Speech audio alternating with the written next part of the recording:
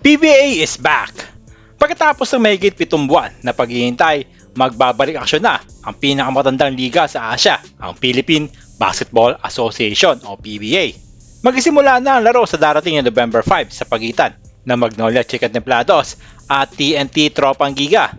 Pero bago yan, magaganap muna ang 47th season PBA Leo Awards. Dito malaman natin kung sino ang hihiranging PBA MVP noong nakaraang season. Sa mga hindi nakakaalala, nagpahinga muna saglit ang PBA upang bigyan daan ang ating Gilas Pilipinas sa katatapos lamang 2023 Southeast Asian Games, FIBA World Cup at Asian Games na nagbigay sa atin ng gintong medalya. Ang Ginebra San Miguel ang isa sa nagpahiram ng mahigit sa 2 players noong nakaraang mga torneo ng ating national team. Kabilang nga dito sina Justin Brownlee, Jimmy Malonzo, Javed Aguilar at Scotty Thompson. Kasama pa nila si Coach Tim Cone bilang assistant coach ni Coach Joe Reyes noong SEA Games at FIBA World Cup, habang siya naman ang naging head coach ng Gilas noong Asian Games, kasama si Ginebra assistant coach Richard Del Rosario.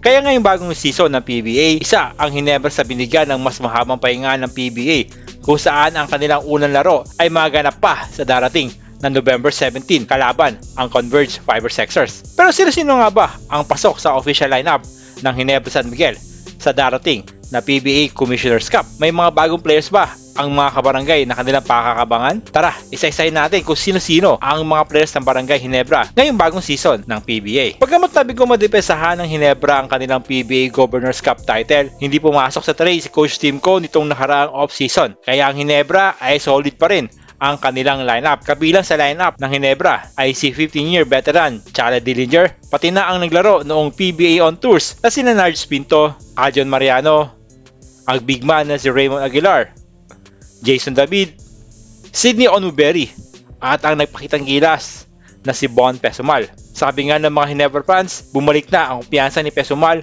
matapos ang ilang trades na ginawa sa kanya. Pasok pa din sa lineup ang kanilang mga superstars na sina Christian Stan Hardinger, Stanley Pringle, Jamie Malonzo, Japet Aguilar, at Scotty Thompson. Si Jeremiah Gray inilagay muna sa injured list habang nagpapagaling sa kanyang injury na nakuha noong PBA on tours. Si LA Tenorio naman ay wala sa official lineup dahil alam naman natin na wala pa ito sa kondisyon matapos ang kanyang mahabang pamamahinga sa basketball dahil nagpagaling ito ng kanyang sakit na cancer. Ang rookie na si Rafael Ku mula sa De La Salle University ang kaisa-isang player na binigyan ng kontrata ng Ginebra. Si Rafael Ku, o mas kilala sa pangalang Ralph Ku, ay kinuha ng Ginebra bilang second round 23rd pick noong nakaraang PBA draft. 1-year deal ang ibinigay sa kanya ng Ginebra, kung saan ayon kay Coach Tim Cone, makakatulong ito sa kanyang koponan bilang isang outside shooter, lalo't injured pa ang kanilang 3-point specialist na si Jeremiah Gray. Ang 2021 undrafted guard na si Donald Gumaro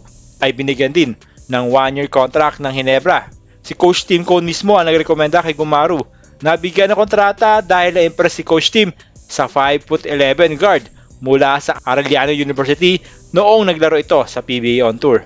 Sabi nga niya, makakatulong ito si Ginebra ngayong hindi pa available si LA Tenorio. Pero ang pinakaabangan ng lahat ng Barangay Ginebra fans ay ang bagong salta na si Maverick Ahaminsi na nakuha nila noong off-season. Si Maverick Ahaminsi ay huling naglaro sa Converge Fiber Sexers, kung saan nag-average ito ng 20 points per game. Marami ang nagulat nang hindi ito nag-renew ng kontrata sa Converge kahit pa siya ang main man ng telecom company mula sa Clark Angeles, Pampanga. Masusubukan nga kaagad siya ng Ginebra sa kanilang unang laro kontra sa kanyang dating koponan na Converge. Ang Ginebra ibabandera pa rin si Justin Brownlee bilang import, pero ngayong araw ay inanunsyo ni San Miguel Corporation Sports Director Al Francis Chua na naghahanap na sila ng pwedeng ipalit kay Brownlee kung sakaling ibaba na ang magiging parusa sa kanya matapos magpositibo sa marijuana noong Asian Games. Matunog nga pangalan ng dating San Miguel Beermen import na si Chris McCullough bilang kapalit ni Brownlee. Si McCullough ay naging import ng San Miguel Beermen noong 2019 PBA Commissioner's Cup. Ito nga ang huling Commissioner's Cup title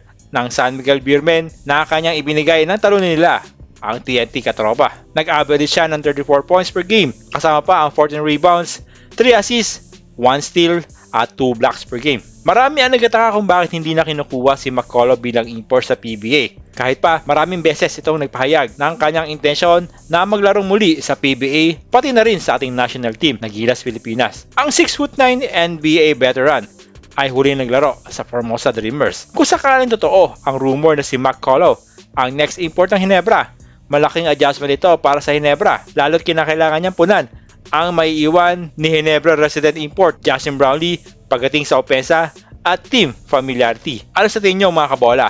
Babagay kaya ang laro ni Chris McCullough sa Ginebra? Magagawa rin kaya niyang madepensahan ang titulo ng Ginebra bilang hari ng PBA Commissioner's Cup? Tara, pag-usapan natin yan. Mag-comment na rin kayo sa comment section at huwag nyo na rin kalimutang mag-subscribe sa ating channel para lagi kayong updated sa mga basketball news.